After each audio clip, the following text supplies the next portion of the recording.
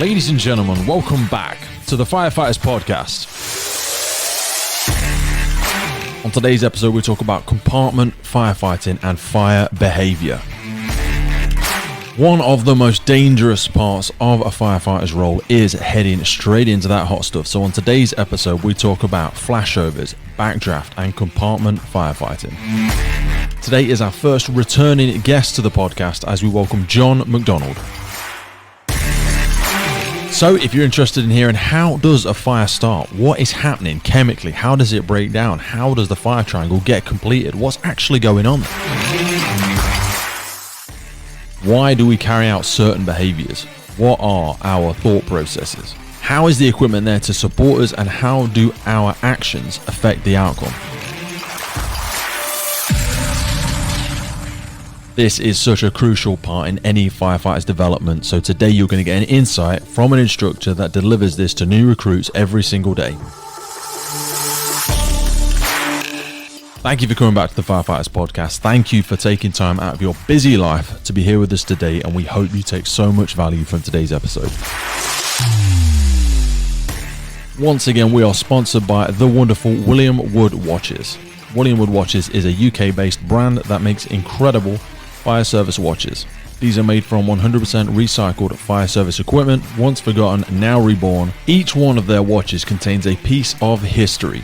William Wood was the name of the owner's late grandfather, and he served in the British Fire Service for over 25 years, winning commendations for his acts of bravery.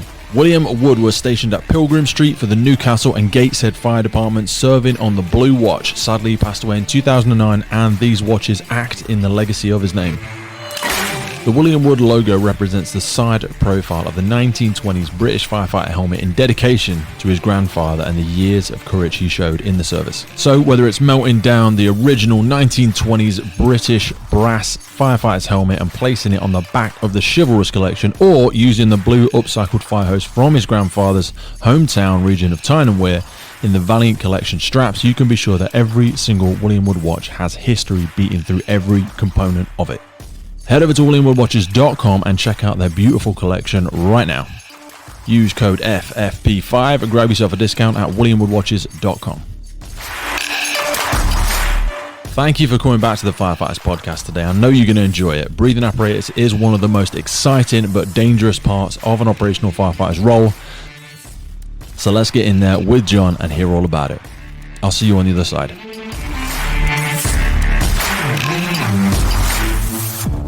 John Macdonald, welcome back to the Firefighters Podcast, brother. Thank you very much. How you doing, my man? Yeah, good. Really good to be here in this fantastic training place. I know, man. It's beautiful to have you at the headquarters, if you will, of the Firefighters Podcast in the gym, brother. Great to see you getting after it today. I wanted to have you back down. You are our first returning guest to the podcast, and it's an absolute privilege to have you back with us, because obviously the first time when we spoke about your military career and how that evolved into fire service, and what people perhaps don't know about you is for 2 decades now you've been a tactical fire instructor, a breathing apparatus instructor. So we know the fire service as fire and rescue services these days, where we cover rope rescue and water rescue, and there's so many expanding aspects of the role. But ultimately, we're going in to house fires, putting the wet stuff on the hot stuff, and one of the most dangerous things that firefighters still do is go into fire compartments. You know, we head towards the fire when everybody's running away. And you're the one that when people come into first part of the fire service, these are one of the first sort of skill sets they're going to need to learn. So when did you first start moving into that sector? Well, when I joined the fire service, it was all something that interested me, and sort of made it my mission that before I left the organisation, I wanted to lead breathing apparatus instruction for the service, which I've actually only just finished doing. It's a huge discipline, and more lives are lost or have been lost in fires than they have, in other disciplines that the fire service are involved in. So it is really key that the training is on point. The individual understands why they've been trained, what they need to do, because once they've crossed the threshold of that risk, they're responsible for themselves. The officer in charge outside, It's got no idea what they're doing. That's exactly how I always feel, because you're outside and you can give the best brief in the world, and we give people all the training and the equipment and everything like that. But when they do step across that threshold, they're on their own to a certain extent. Obviously, we'll go into the practicalities of the equipment and stuff like that, and we keep communication with them and things like that. But they are entering arguably one of the riskiest environments that we're going to send firefighters into, and they're going to fall back on the basics of their training. People say you don't rise to the moment, you fall back onto the basis of your training, and that's where the onus falls on our instructors and stuff like that. So is it still as crucially vital as it was? Because equipment's got a lot safer, our decision-making process and our risk control is very different, but we're still losing people in fires? Yeah, things have changed as the fire service has evolved, breathing apparatus sets have evolved, things that are on fire have evolved, the fire loading has increased, the heat release rates have increased, the type of incidents that we go to are completely different, and the unknowns are unquantifiable. So we need to use the basic skills, and a lot of those basic skills on top of experience give them the ability to deal with the situations in a more safer fashion. So when we talk about fire loading, because I know when I've been and done some BA instructing stuff and gone in like attack boxes and stuff like that, we talk about loading.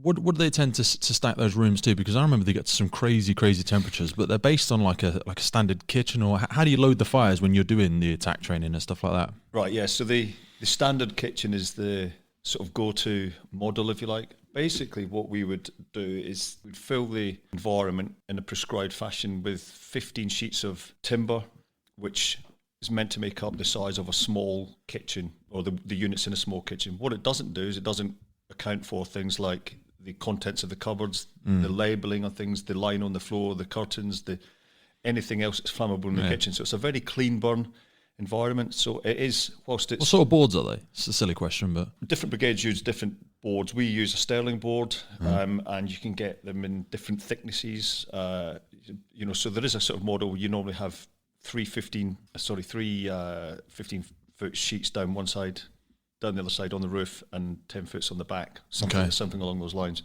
But what that does do is it gives you the ability to produce fire gases, and it's the fire gas that actually is the dangerous component in a fire. Okay. The orange stuff, the flame, is literally putting water on the hot stuff. Yeah. You see people all the time putting, fire extinguishers. They put the water on the hot stuff and they deal with the situation. But it's the fire gases that are the dangerous part, and where they travel from the point of origin to the final destination, it's our job to control those.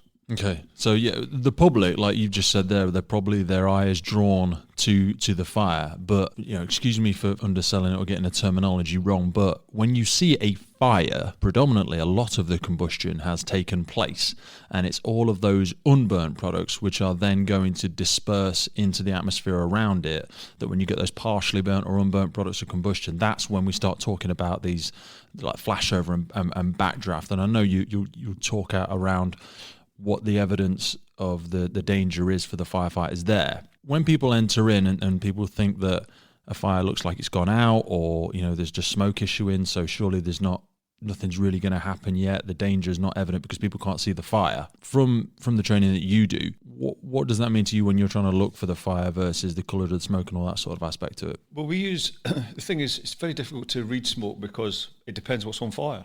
Okay. Because if you've got a room of, let's say you've got 100 kilograms of newspaper or 100 kilograms of paper on fire, that will give you a different looking smoke to 100 kilograms of rubber. Mm-hmm. Okay, so if you set fire to 100 kilograms of rubber, it's going to look a lot more dangerous and a lot more nasty. But in actual fact, it's not. It's about what's on fire, how much of it's on fire, and how long it's been on fire. It's what we have to weigh up. Mm-hmm.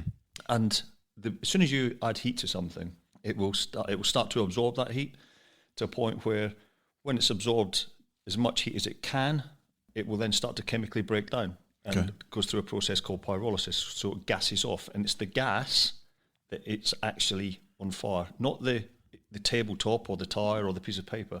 They're not on fire. It is the gas that they give off after you've applied sufficient heat that is the flame. I love that, and I've seen a few videos like when you look through a microscope at a fire, what is actually on fire. There is a clear gap, for want of a better term, where the product itself is heated to a certain extent. Because fuel is always an easy example when we talk about how rich something is above it. If you tried to stick a match straight into fuel, it will go out. Yeah, exactly. Do you know what I mean? But if you're catching it, if you work your way down inch by inch towards the fuel, you will eventually reach that point where it's got the correct blend, oxygen to the richness, and that flammability will be, its lower and upper explosive limit. You'll find that flash point within that material.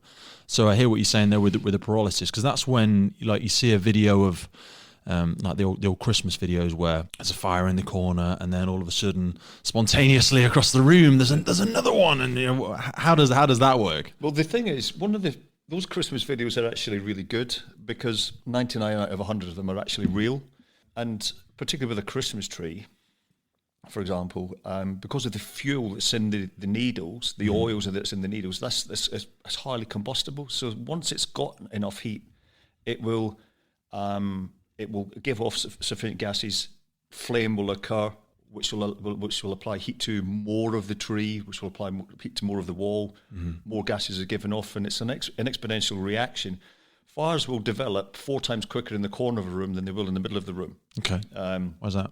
Well, through loads of things. One of them is called a Coanda effect, where as air travels up a wall, friction is applied to the air, which causes the air to drag towards a wall. If that air is warm, then that warm air is dragging towards a wall, which is warming the wall up, which is then going to chemically break down and pyrolyze, giving off fire gases.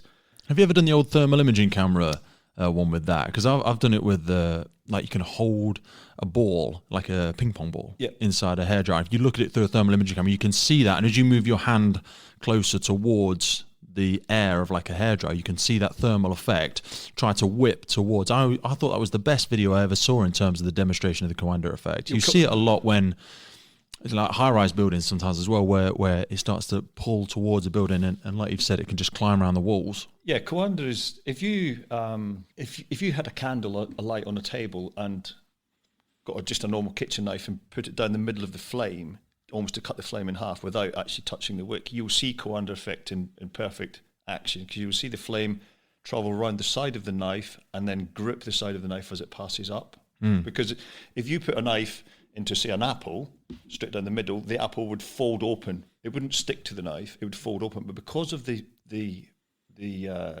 force of the air travelling up and the friction attached to the knife, it sticks to it. Yeah. Okay, it's really, really good. Yeah. But the ping pong ball thing is a great way of demonstrating, and hairdryer manufacturers actually used Coanda in part of their advert to sell hairdryers. Oh, did they really? Without even knowing it, bless them. Yeah. So we've got that effect there. We've spoken about the pyrolysis, or as materials begin to pyrolyze. Talk to us about the flashover and backdraft analogy, and because people might not understand that, because I know we'll get into the basics of like the fire triangle as well, because when something does start to pyrolyze, how can something combust with no spark as such?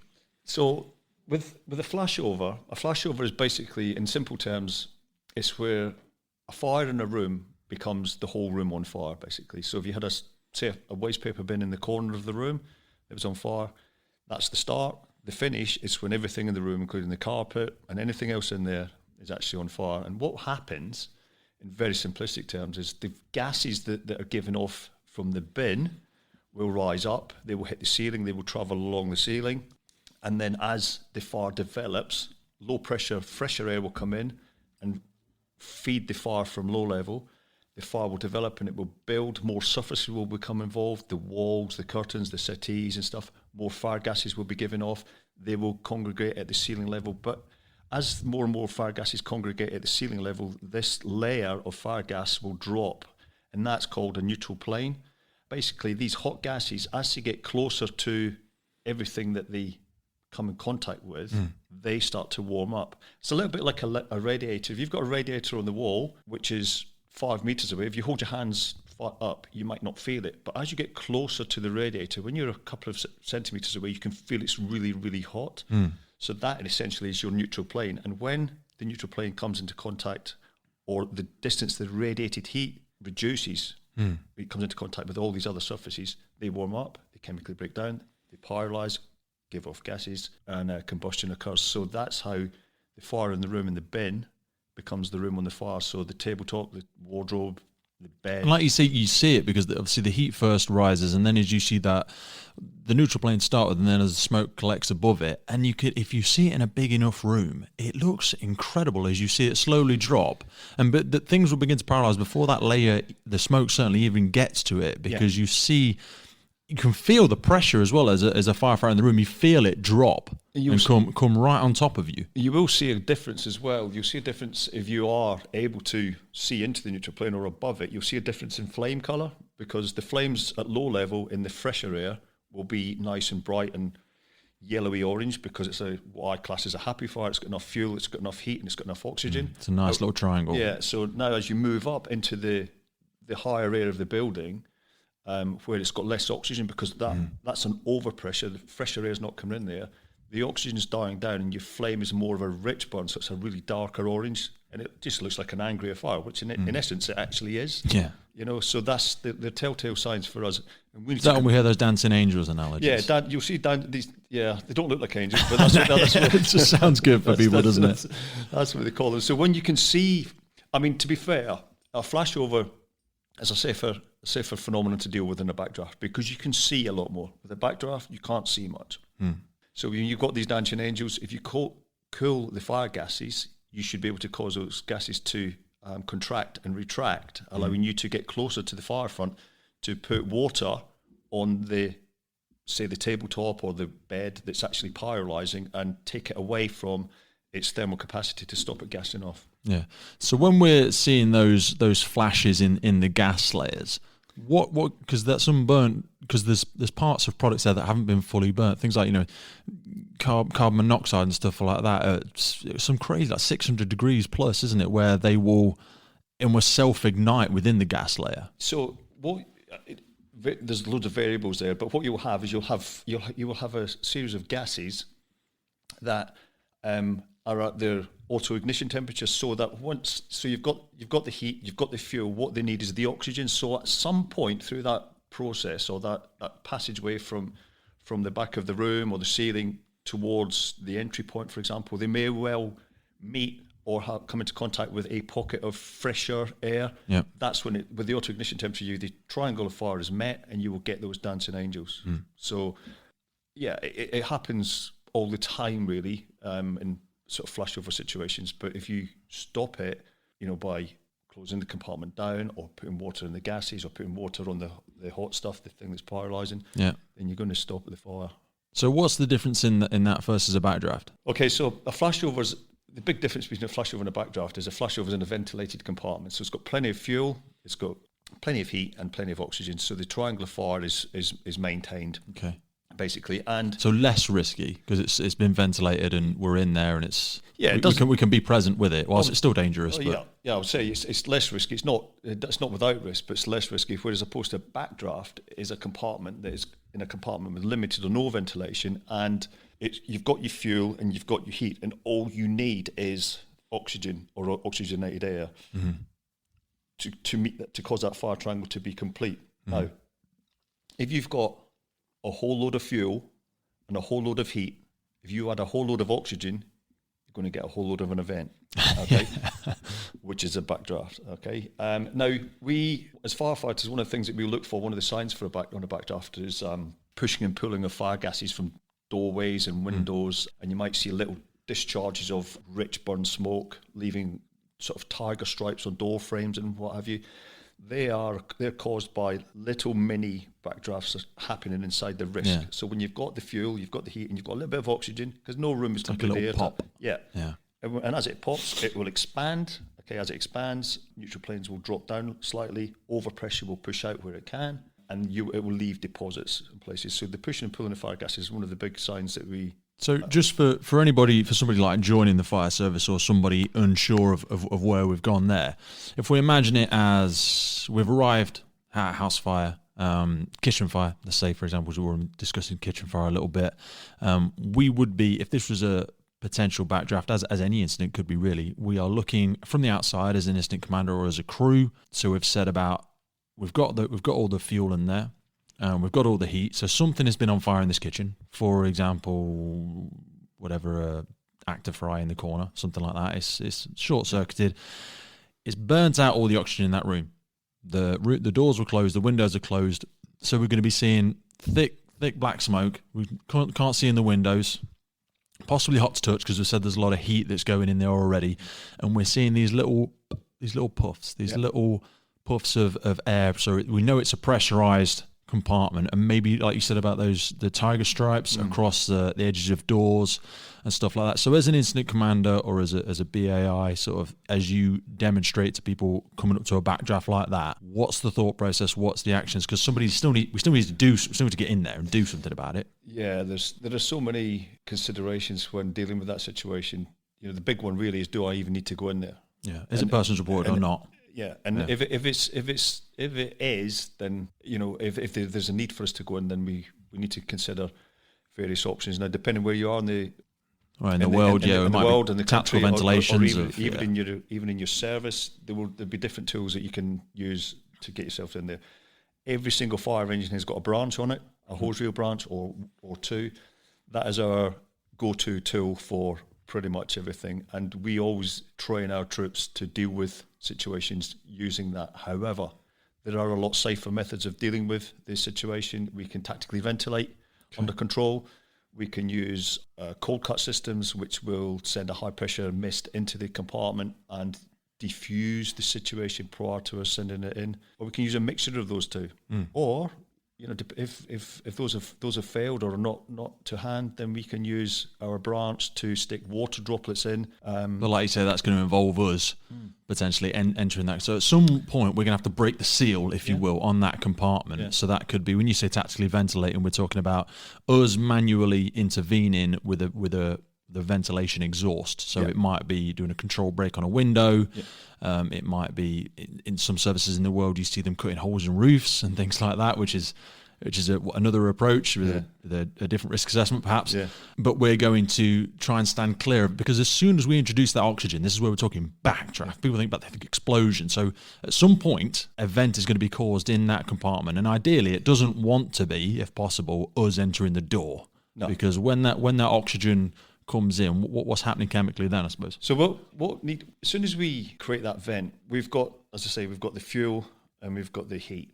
And as soon as we create that vent, we're introducing oxygen in there, so we're almost gifting the fire situation. We're completing that triangle. With that completed fire triangle. So what we need to do when we do that is to diffuse it to a point by sticking water in at the same time. So we're cooling and diluting those fire gases, so taking them away from their auto-ignition temperature, so that if we get sufficient oxygen in, then we're away from the auto-ignition temperature. We're trying to immediately offset the triangle. Yeah. So we're introducing the oxygen. Great, I've got to eat right, but quickly I need to take the heat down or disperse the gas, the fuel. Yeah. So I need to disrupt this triangle before, because if we don't, that's where we see the video clips of like an explosion, the whole of a front of a shop blows out or something like that. Yeah, it might be, once you've made an initial entry to a compartment, when I say initial entry, you've opened the door, you've created a vent or an inlet.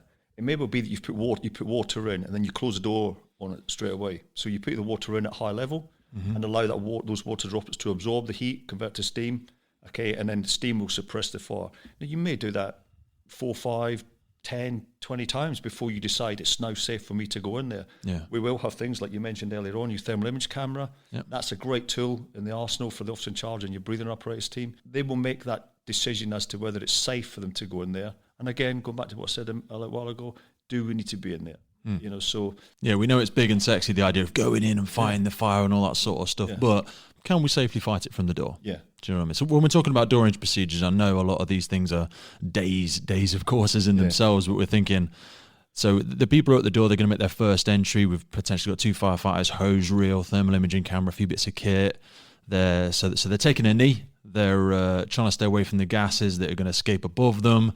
You spoke about inlet and outlet and drawing things under pressure. What affects? How are they going to? What's going on there? How are they going to know? So, I mean, the team, as soon as the team goes in, if they've created the inlet and they've decided it's safe for them to go in, if they're in and they're still in the doorway, they're actually blocking any low pressure, fresher air coming in. So they need to decide where they need to be, because any event that happens, if they've got it wrong, any event that's going to happen will come past them on the way out. So we're talking about a blast path there. They won't be stood straight in that doorway. Yeah. So none of the people that I train would be inclined to put themselves at that risk or that level of risk. You know, they know if they're paying attention. If they're paying attention. There's everybody listening that's had John as an instructor.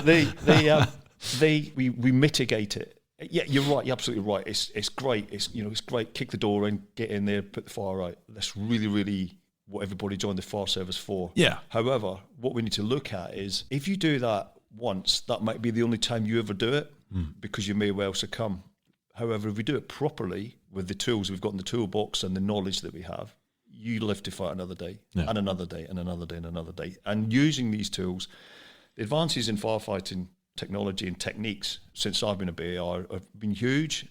And, you know, I've got just over a year left in the service. I wish I was at the beginning of my time now. Really? Knowing what I know now, because it's exciting. Do you think things are going to accelerate as much as they have? Because you have seen some massive changes from when you first came in. Yeah, I mean, it's a shame that the UK Fire Service isn't that. You know, we're made up by loads of regional fire services. It's a shame we're not all the same, because some of the things that we implemented 5-6 years ago have been in the service for 25 years. You know, but lots of things. It all boils down to money, resources, the appetite.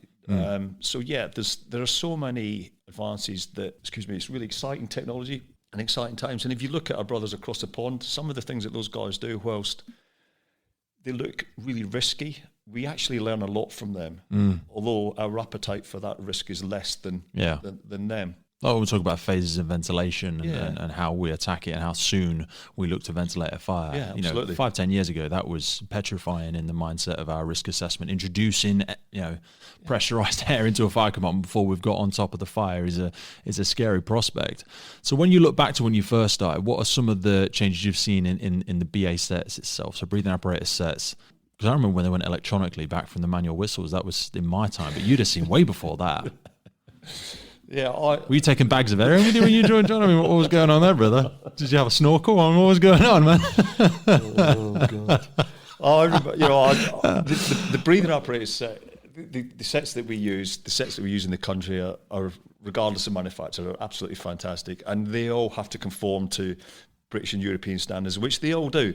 When the digital BA sets come in, which pretty much tell you everything that you're doing in terms of air consumption, temperatures, and so on and so forth. That's a great leap forward, but what it actually did do was it took away that manual skill of people being able to read a mechanical gauge. Yeah, I think the same with the pumping appliances as well. Yeah. Do you know what I mean? Where's that firemanship gone? Where you had to listen to the fire appliance. Yeah. When it was rattling, when it was doing this, when it was doing that. Where's the calculation gone? Yeah, there's a time and a place for it. But once we've now got it, so you can't actually go back to what we've got. We never will. But I do miss just the simplistic way of dealing with the BA set. Having a mechanical gauge, looking at how much air you've got, working out how much you need to get out, so on and so forth. The mechanical gauge, or the mechanical low pressure warning whistle, which tells you you're low on air. It actually tells you that I'm using some of your air to tell you that you're low on air. the irony there. But even the science behind it, because I feel like that's where all the great stories come when you talk about your board and tubes and your diaphragm gauges, and they're all still in use in a different way. But I feel like a lot of new recruits aren't going to understand the actual fundamentals behind how does it work? Not what does it do, how does it work? And some people will like, I don't really care how it works, it just needs to do what it does. And I'm like, yeah, I know, but are you interested? Are you a bit curious to know how it works? I mean, there's lots of things that people can do to advance their knowledge. I think in the fire service now, we're in a situation where we run an awful lot of recruits courses to bring our firefighters in, both in the whole time establishment and the on-call. And I look at some of the courses and I think about what did I actually learn when I was at training school compared to what we teach. And we're constrained by time now. And we need to get the practical aspects out. We need to know that these potential firefighters have mastered the skills without not necessarily understanding the underpinning principles of what it is we're doing, whether it's pumping a BA or whatever it is. Yeah. So, but those things can be picked up through career progression and development through Do you think they should be picking up the hows or the whys at training school, if you know what I mean? Do you think they should know why it works and why we're doing it? Or do they just need to get safe first and then we'll worry about why it did that and they'll hopefully pick that up on station? Because I feel like we do sometimes get recruits land with us on stations and we're like, nobody showed you that yet. Nobody showed you. Are you sure? If I rang your instructor, you're telling me you've never been shown that? Like, no, we never touched a PPV before. Really? You've never, any at all? Any at all? I'm not sure, because you've been to Morton on the Marsh and you must have done. But anyway, do you know what I mean? Should they be learning? What should they be coming to station with? I think we need to know. I think we need to know the principles, the hows, and the whys. Because hows and the whys. Because what that does do is it gives them the ability to problem solve when things go wrong. Yeah. Because not everybody can, if they understand how a pump works and why it works. If they, I mean, for example, one of the assessments that we do for new recruits and as part of their development to get competency money is a pumps assessment, and there's lots of problems that we throw at them, not literally, but we give them pump faults and hypothetical scenarios, and they have to problem solve. Quite often, I find myself trying to expand on the knowledge by saying, well, what about this? Have you thought about it? And just trying to glean more information out of them rather than them know the duty point of the pump, how many litres it will knock out at whatever bar. That's great to know. But if you have a mechanical understanding for what the pump is trying to achieve, what is the end goal of this? It's trying to impart energy into water. Okay, so what is it trying to do? Like it's trying to evacuate. How is it trying? What is a vacuum? How is it trying to create that? What is it trying to do? If you know what it's trying to do, then it's easier to problem solve. If you only know what it should do and it's not doing it, you've missed it. It's harder to find your way back from that, and like you say, and problem solve, because you don't know the route to how it got there. You don't even know what's involved in doing it if you don't have that mechanical understanding of it. Yeah, I'll take you back to BA in firefighting. I did my very first compartment fire instructor's course in 2011 or 12, I think it was, and I'd been in the fire service since 1996, and I didn't really understand fires until I did that course. Yeah. So I was all about, until then, I knew what to do, but I hadn't really grasped the underlying principles and the fundamentals of fire behaviour until I did my first fire behaviour instructor's course in 2011, 2012, whatever it was. That's when the light bulb came on and it all fell into place. Yeah. So understanding rather than doing is the way that I like to try and let the students pick up the knowledge. Try and use so many tools in the toolbox that we use. We use EDIP, explain, demonstrate, imitate, practice. I've always got pens in my pocket. I'll draw things on the wall if I have to, to get these firefighters to understand what we're talking about. And when they're relaying information to me, I don't expect them to talk about things in the terminologies like pyrolysis and coanda and 421 principle and so on and so forth. If they talk to me as if they're talking to their 5-year-old child and saying, I did this at work today, and then explain it to me, I will understand what they're saying, because it's the understanding's the important bit. The terminology, the fancy words, it's not. I forget who said it as well, but they said, if you truly understand something, you can explain it to a child. Yeah. If you feel the need to tap dance with and articulate some crazy little, you don't have a full understanding of it. Do you know what I mean? Einstein could explain physics to my daughter. Do you know what I mean? Because you should know it that well. Yeah.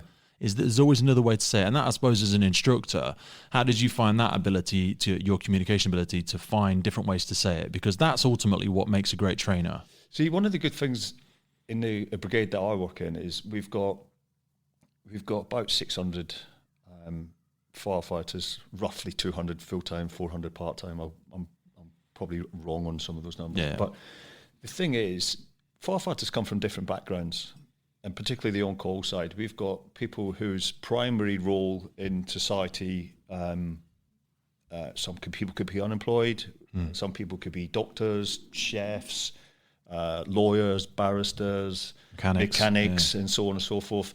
and I quite often steal knowledge from them. Yeah. You know, and I try and put things into context by using analogies. And then when I'll get an analogy back from someone that I think works, I'll steal that, I'll put that in my back pocket, and I'll use that for a rainy day when I'm talking to someone else about it. Because it's giving them an anchor as well. Yeah, of course it is. If I take you from something you know Yeah. to something you don't know, then we can travel this journey together. Yeah. If I try and give you something you don't know and take you to something else you don't know, there's nowhere. I've got no anchor, I've got nothing to hold on to. But if I said to you, you know a straw, yeah? You know when you put a straw in your mouth and you suck it, yeah, and the water comes up the straw. How does the water come up? Then we've got an anchor. Yeah, I've got an anchor, and now we can move towards the principles of a vacuum and pumping and all this sort of stuff. Like you say, when you speak to a mechanic about, you know, this with a combustion engine, you know, it does that. You know, in a piston, you know, it does this. You know, the small explosion happens. So how much fuel goes in here? How much fuel goes in there? Right, you've got an anchor. Now let's move from what you know to what you don't know. And when you pick up all those analogies, that's what I'm hearing there. Yeah. And you see that a lot more, like you say, with the retained or the on-call. I mean, one of the good things, I mean, I've been in the fire service a long time now, and I've got a fair degree of experience. So I draw on my experience from civilian life, military life, fire service life, and I use all that to impart the knowledge that I need to. But the classroom isn't a me and them. The classroom is an open forum. We establish what everybody knows first of all, and then we expand on that, and we use the things that the students bring to the party as leads into the way we develop the session. Ultimately, we'll have a session aim with learning outcomes. As long as we meet that by the end of it, however we get there, it doesn't really matter whether it's chalk and talk, analogies, student-led, PowerPoint, videos. As long as we get there. Chalk and talk. I love that. Yeah. That's a soundbite right there. Chalk and talk. Well, it's not chalk and talk anymore, is it? It's whiteboard and white markers now, isn't it? But it's the same thing, isn't it? You know, when you say about the classroom and it having to be a collective environment, and I totally agree with you, but I mean, when I went through training school, it was very sir this, yes, sir that. And I personally, and everybody feels differently, there was aspects of that I liked, and I think it was very much my upbringing. But the things that we are teaching people, especially in your role, you know, with the BA side of it, I mean, people can hurt themselves in all aspects of operational life in the fire service, but BA is still the place where we are losing lives even to this day. So how do you balance the importance of what you're trying to communicate versus having that not laid back, but that approachable collective learning environment, but still holding that discipline in place? Because that's a tricky balance for people. Yeah, it is. And it's quite an easy one, really. And it's not something that's done deliberately, but it's managed very simply by changing your tone. Okay. If we talk about something, we'll talk about, let's say, for example, filling in a tally and working out the time of whistle when the firefighter is due to come out of the risk. We'll talk about it. We'll go through some practical applications. We'll run it as an exercise on a board. And we try and ensure people understand, and then we coach them. We coach them through some basic telling the time skills to adding time on and so on. But once they've mastered it, when they start to make mistakes, the tone then changes from a coaching and learning to a more serious tone, because the firefighters are in the risk. They expect the person on the engine control board and the officer in charge to be looking out for them. And when people start making mistakes and getting calculations wrong, then they're putting people's lives at risk. So the tone will change. And it only takes a simple tone or a very explicit word to go thrown into the conversation, and people switch on a bit. I think it's so important that we hold on to that, and that people are able to adapt their own way of changing gears, like you described there, because I have seen examples where some instructors want to be too friendly, you know, and the importance of what you're trying to deliver can get lost. And if a firefighter, I mean, there'll be people listening in all parts of the world, but there'll be operational firefighters that have been in 4 or 5 years, never been into a house fire, and the first time they do it, they need to change gears. And if you don't impress that upon them early on, then it can get lost. A bit like when you learn to drive, and if you don't drive a car for 5 years, you're going to be nowhere near you were when you learned. So if your standard's not up here, it's going to fall dramatically. Yeah, the thing there's a lot to be said for for a friendly instructional persona, but ultimately you need to establish why you're there, what it is you're imparting, and the rationale behind it. You know, if I'm teaching someone to tie a knot, for example, that's a whole different lesson, and the outcomes on the ramifications of not being able to tie that knot are a lot less than if someone was to run out of air 40 meters into a building. Unless you're on a rope rescue drill. Well, but ultimately, the margins for error get a lot smaller in a breathing apparatus incident. Yeah, I think you'll find that rope rescue comes after BA in the. I agree, but there'll be some controversy there. I always get excited when we get the rope out. Anyway, the margin for error in BA, because you're so on your own, you know, especially, I mean, yes, you've got your engine control outside, but if we did use the rope analogy for a second, there's a lot of people in the team there, and there's spotters, there's top man and all that sort of stuff. Absolutely. Whereas BA, you there's people outside, but you're in there on your own, so it's your training that's going to keep you alive. Yeah, of course. It's but everybody in the breathing apparatus teams and the breathing apparatus discipline, and once you've got your BA qualification, everybody does the same or can do interchangeable roles. So you've got your engine control officer, you can be a BA team leader and your BA number 2. So everybody should be able to do the same roles. So everybody should understand the roles of each other. Therefore, it's more of a well-oiled machine. And the expectations, like the person outside looking out after the people inside should know that they're due to be coming out. I haven't heard from them for a while. Let me send them a radio message. Let me communicate with them. Let me just make sure. So, it kind of does work. If it didn't, after all these years, then there'd be a bit of a problem, I think. There'd be a lot more numbers in the boards. Yeah. So for people that are coming into the services and new recruits, because I know we're recruiting a lot in the UK at the moment, how long, we talk about time to whistle and stuff like that. People think people going in BA and they're in there for ages and we can search a whole building and we can just keep searching until we find somebody. How long realistically, I know a few sets different, but in different pieces of equipment, how long realistically have a firefighter's got to find, a casualty or find the source of a fire? How long are they even given with a BA set these days?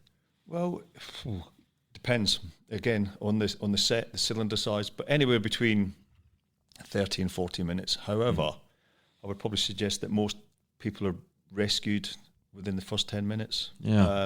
And the benefit v risk mindset of the firefighter is key when rescuing casualties. It varies hugely when there's no casualties and you're just dealing with the fire. We talked about earlier on, you could just fight it defensively from outside and not put yourself in that increased but also the mindset of the wearer will change. You can start sucking air and not realising your level of personal distress if you feel there's a life at risk. A greater sense of spatial awareness. I'll always landmark. So in my service, we have a directional search route. So if you're on the left-hand search, your left hand will be on the wall. For example, if you're on the right hand, your right hand will be on the wall, and then vice versa on the way out.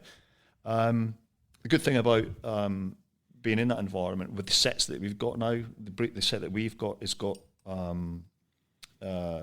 LEDs, little warning lights at the back, flash red and yellow when you need to act on certain things that the BA set's doing. Okay. We've got fluorescent strips on the cylinders.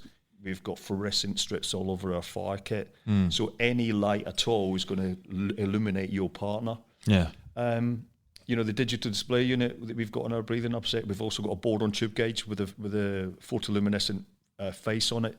Once that's charged, if you like, once it's had light applied to it, that's another source of light. Yeah. So all these things help us. But spatial awareness, I've been lost in a training environment, and it's not a comfortable place to be when you're lost. No.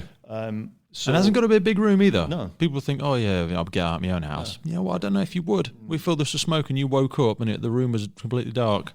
You'd be surprised. That's how people lose their lives. They couldn't find themselves out of a room they've lived in for 20 years. I mean, the biggest thing that I've always managed to do is get my reference point and then try and stay on it. And then once I know where that is, I will always constantly landmark, and I will always make sure that my partner knows what these landmarks are. If I've come across a washing machine or a cooker or a single bed or a whatever it is, I will always tell them what it is.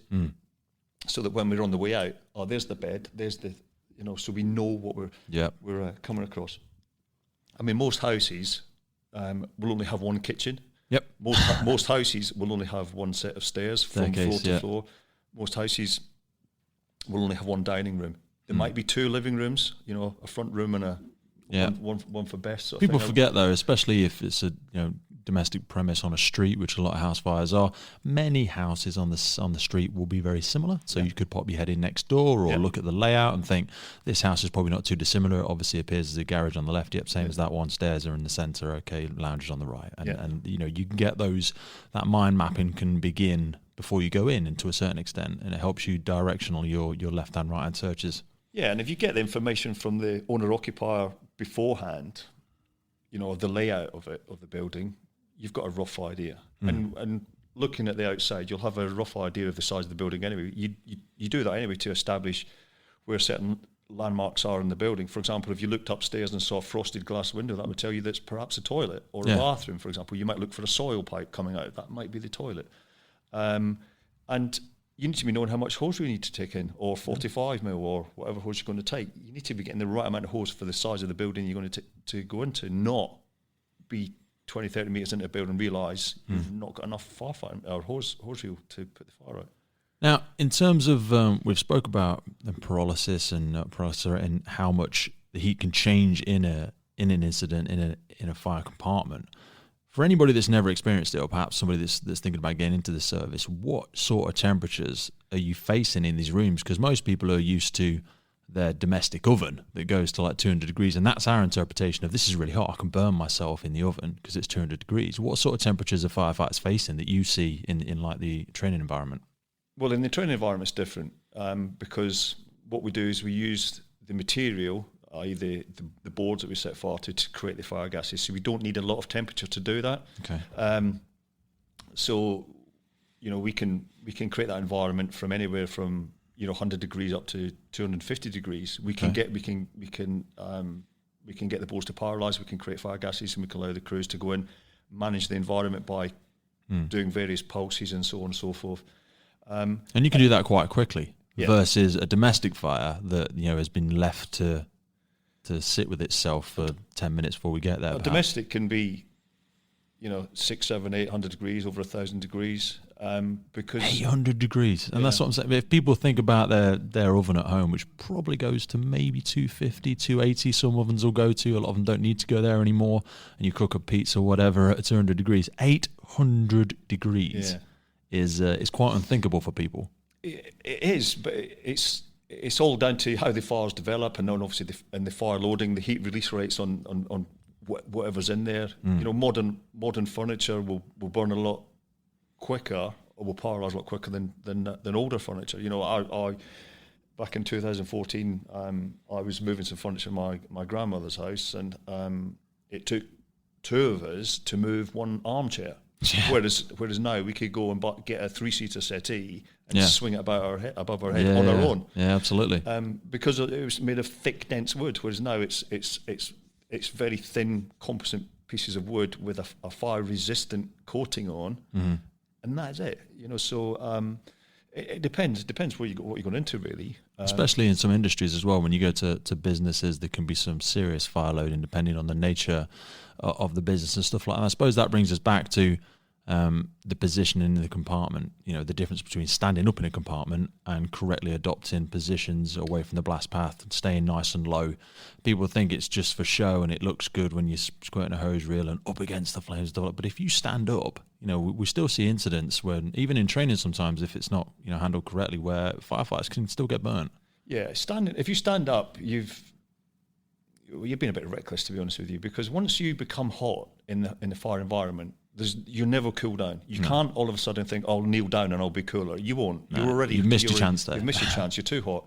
So if you're low, and we talked about the lowering neutral plane earlier on, if you're underneath that, you can see a lot more. If you're at a point with you kneeling down and the neutral plane is below your head, you're in the fire gases. You are in a whole lot of danger if it goes wrong. So you kind of want to be kneeling all the time. There are exceptions. You know, if the room's clear and you've used a thermal image camera and the temperature's such, and you've got a safe floor and what have you, then you may well stand up. However, any fire compartment, you need to be low because, as we've said, once you're hot, it's too late. The only other place you can go is on your belly. You can't firefight on your belly because you can't see anything. It's going to take you longer to get out as well. Absolutely. So I remember that the only time I think I burnt myself in a fire, not severely, but to the point where I had to have some care on it, was getting my gloves getting wet. Do you know what I mean? And I'll only learn that lesson once.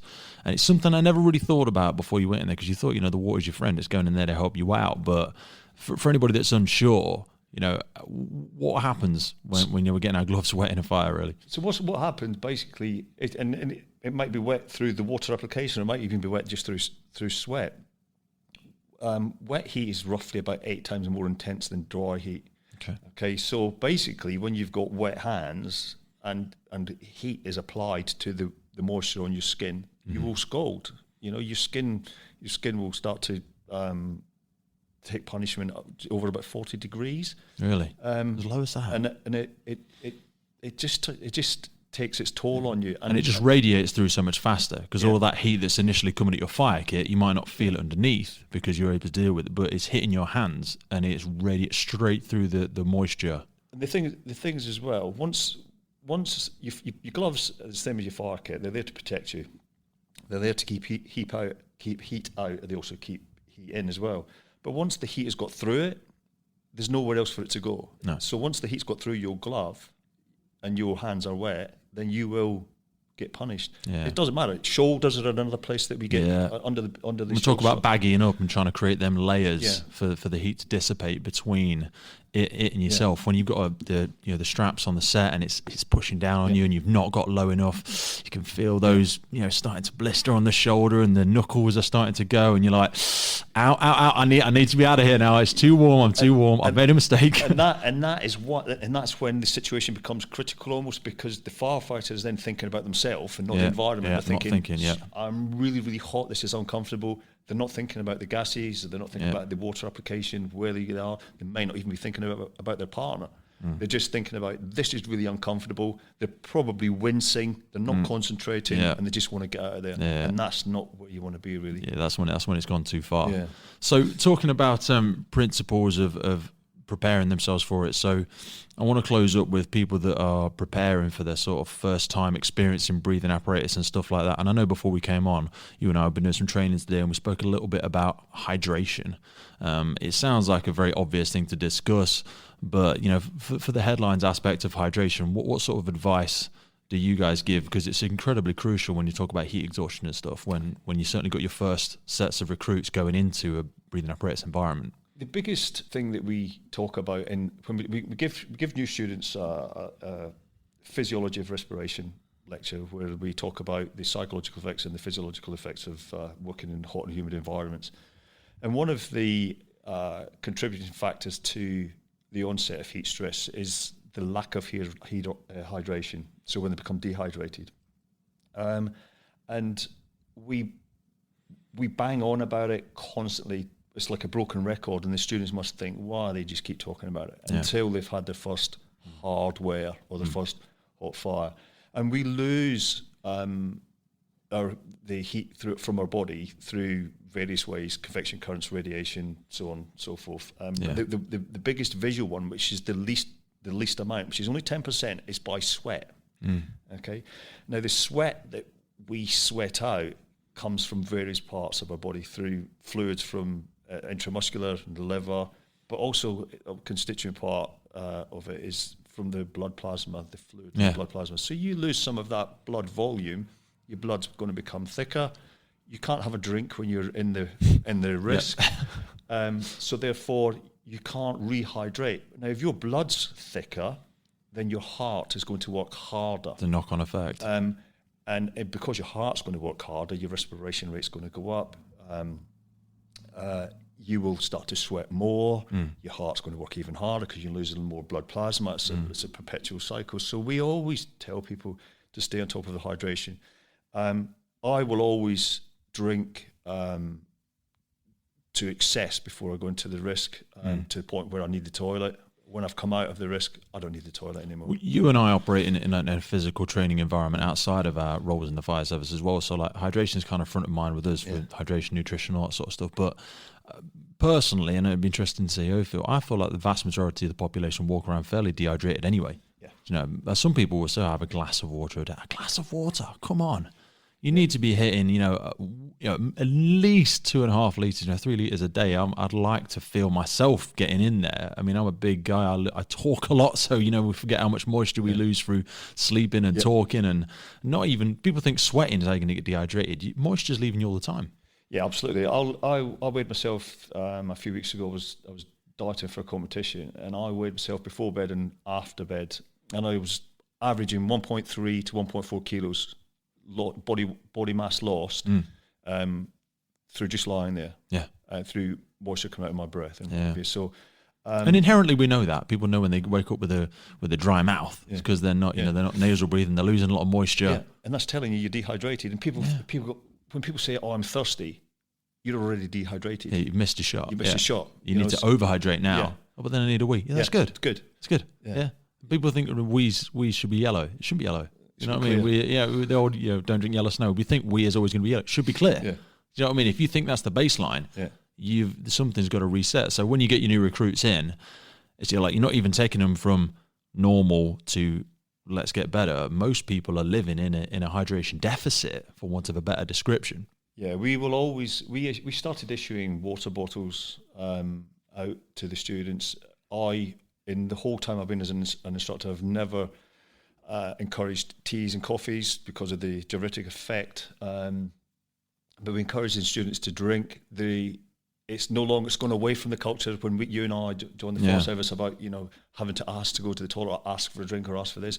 We encourage people to tell us they're adults, they're all over 18, I need a drink, I need a toilet, and they just, as long as they manage themselves, we look after the day-to-day business of the training centre, but they can, need a little bit of a nudge every now and again.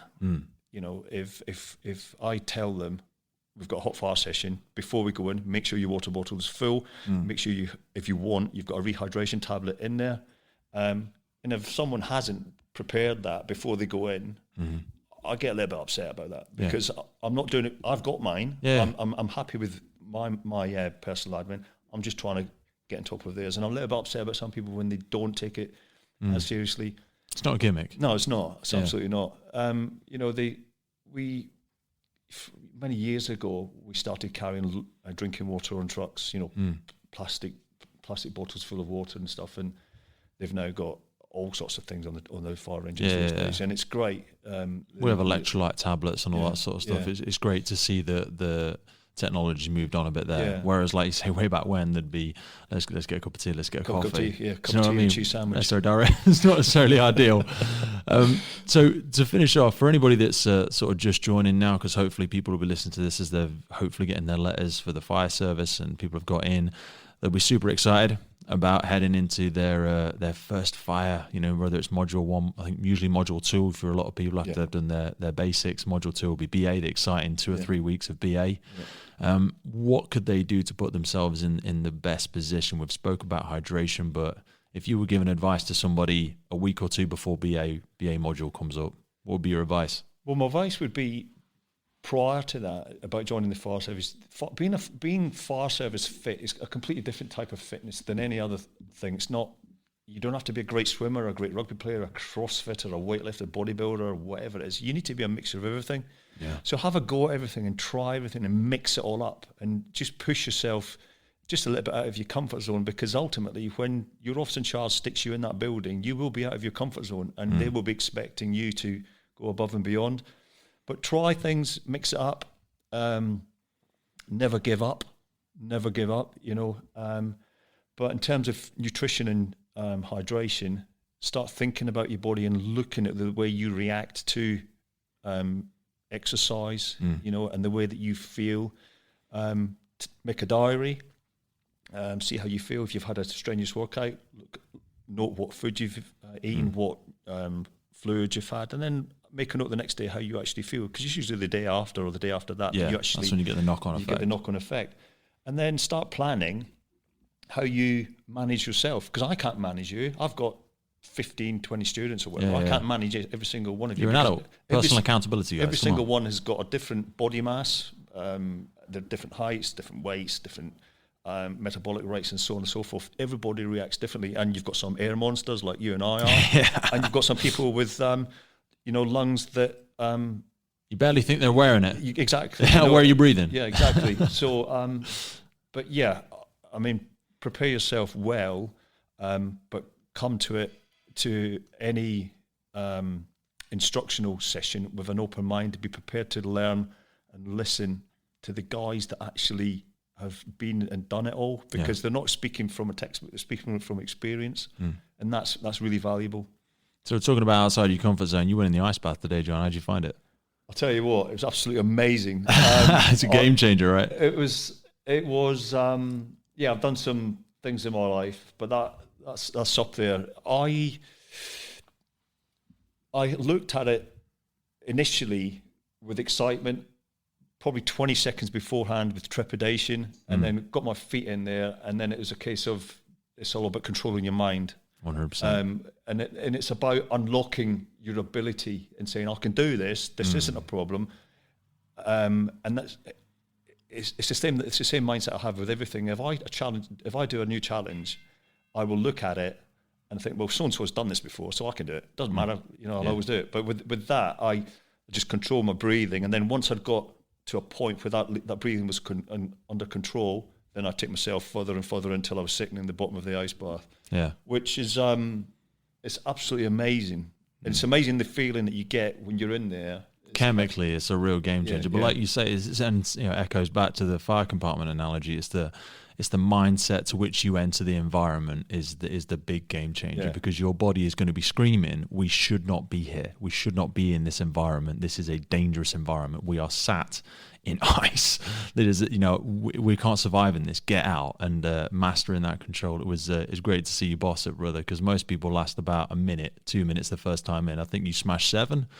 But it's kind of weird, because once you're in there and you're the issue is initially the ice when you're going in. Once you're in there, the issue is I'm in control of this situation now. I will decide when I want to come out. I will decide how I'm going to feel, and then you'll get the discomfort of the mind triggers. Get out, fight or flight. And you go, no, it's all right. It's all right. Shut up. We're okay. We're not going to die. We're okay. And like I said to you earlier on, when we were here earlier, I just gave myself small targets. So when it reached a certain target, looked at the clock and thought, right, okay, 25 more seconds, and then we will come out. Yeah.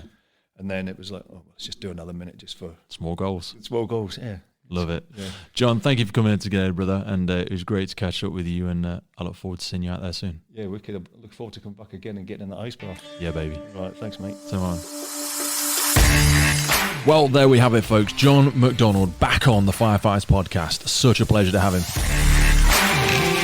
There were so many takeaways from that episode. I'm glad you got a chance to listen in on water flashovers, water backdrafts, all the things that are going through an operational firefighter's mind when they arrive at the scene of an incident.